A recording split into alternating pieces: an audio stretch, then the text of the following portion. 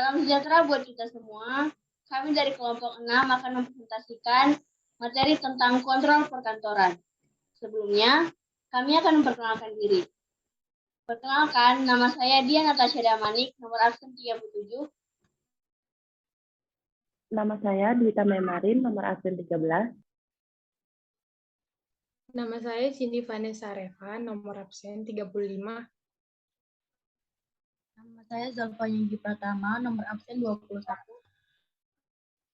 Baik, selanjutnya materinya akan disampaikan oleh Maya. Oke, di sini saya akan menjelaskan tentang sistem dan sasaran kontrol dalam perkantoran. Perencanaan dan pengontrolan merupakan dua bagian dari suatu proses penyelenggaraan untuk mencapai tujuan tertentu.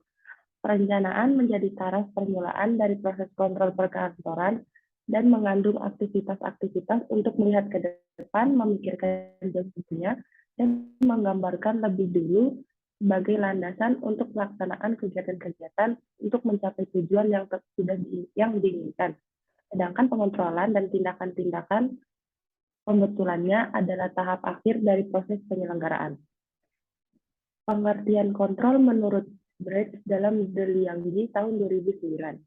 Kontrol adalah kegiatan mencocokkan pelaksanaan tugas yang baru berjalan terhadap ukuran baku yang telah ditetapkan sebelumnya dengan rencana dan maksud untuk mencapai kemajuan yang cukup dan pelaksanaan tugas yang memuaskan. Juga mencatat pengalaman yang diperoleh dari pelaksanaan rencana-rencana yang telah ditetapkan sebagai suatu petunjuk bagi tindakan-tindakan di waktu mendatang. Pengontrolan adalah keseluruhan aktivitas mengawasi, memeriksa, mencocokkan, dan mengendalikan segenap kegiatan agar berlangsung sesuai dengan rencana yang ditetapkan dan hasil yang dikehendaki. Pengontrolan tidaklah semata-mata dimaksudkan untuk menemukan dan membetulkan kesalahan, melainkan untuk mencegah terjadinya kekeliruan atau penyimpangan yang sebetulnya dapat dihindari sebelum terlambat. Selanjutnya adalah langkah-langkah yang dapat dilakukan dalam pengontrolan adalah yang pertama yaitu penentuan standar atau ukuran yang baku yang akan menjadi patokan, lalu pengukuran atau penilaian terhadap kegiatan-kegiatan yang senyatanya dijalankan hasil-hasil kegiatan tersebut. Ketiga, perbandingan antara pelaksanaan kegiatan atau hasilnya dengan patokan yang telah ditentukan untuk mengetahui penyimpangan atau perbedaan yang terjadi. Dan yang terakhir yaitu pembetulan terhadap penyimpangan atau perbedaan yang terjadi agar sebuah kegiatan atau hasilnya sesuai dengan yang telah ditentukan. Materi selanjutnya akan disampaikan oleh Dian. Selanjutnya adalah bahan-bahan dan metode-metode untuk menjalankan pengontrolan. A. Laporan dari pelaksanaan kegiatan yang diberikan secara lisan atau tulisan dan secara berkala atau sewaktu-waktu atas permintaan. D. Penelaahan terhadap buku catatan tugas atau hasil kerja, jadwal kegiatan, bahan kemajuan pekerjaan, ataupun grafik lainnya. C. Survei atau inspeksi setempat di mana kegiatan-kegiatan dijalankan. D.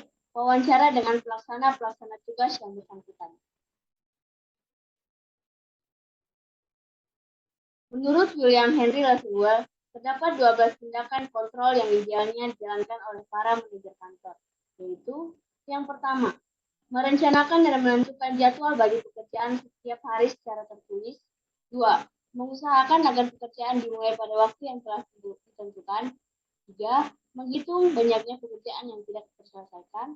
4. Menghitung banyaknya pekerjaan yang harus dilaksanakan. 5. Mengatur jumlah tenaga pekerja yang dibutuhkan sesuai dengan pekerjaan.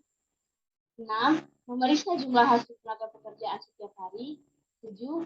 Mendesak agar tercapainya hasil dari pekerjaan sehari penuh. 8. Memeriksa petunjuk-petunjuk baku yang telah ditetapkan bagi pelaksanaan suatu pekerjaan. 9. Merencanakan tugas pengawasan sehari-hari untuk jangka waktu seminggu. 10. Menetapkan pemeriksaan menyeluruh setiap hari terhadap pemeliharaan alat-alat kantor. 11. Menetapkan pemeriksaan menyeluruh terhadap penyimpanan warkat dan arsip. 12. Berusaha mengenal bawahannya. Selanjutnya akan disampaikan oleh Zalfa.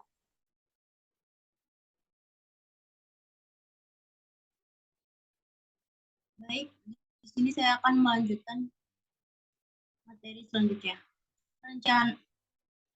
Perancangan dan pengendalian formulir. Formulir ialah lembaran kertas atau kertas lepas berukuran tertentu yang telah terpisahkan terlebih dahulu setelah dicetak dengan uraian-uraian, kolom-kolom, garis-garis, atau ruang-ruang yang menghimpun, mencatat, atau menyampaikan informasi yang diperlukan. Next.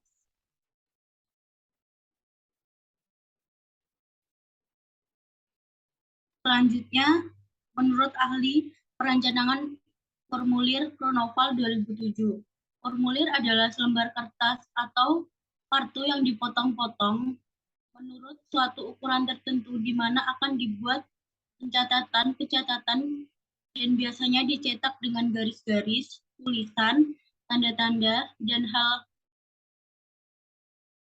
atau sering berulang kembali dalam peristiwa-peristiwa yang berlain-lainan yang memerlukannya. Materi selanjutnya akan dilanjutkan oleh Cindy.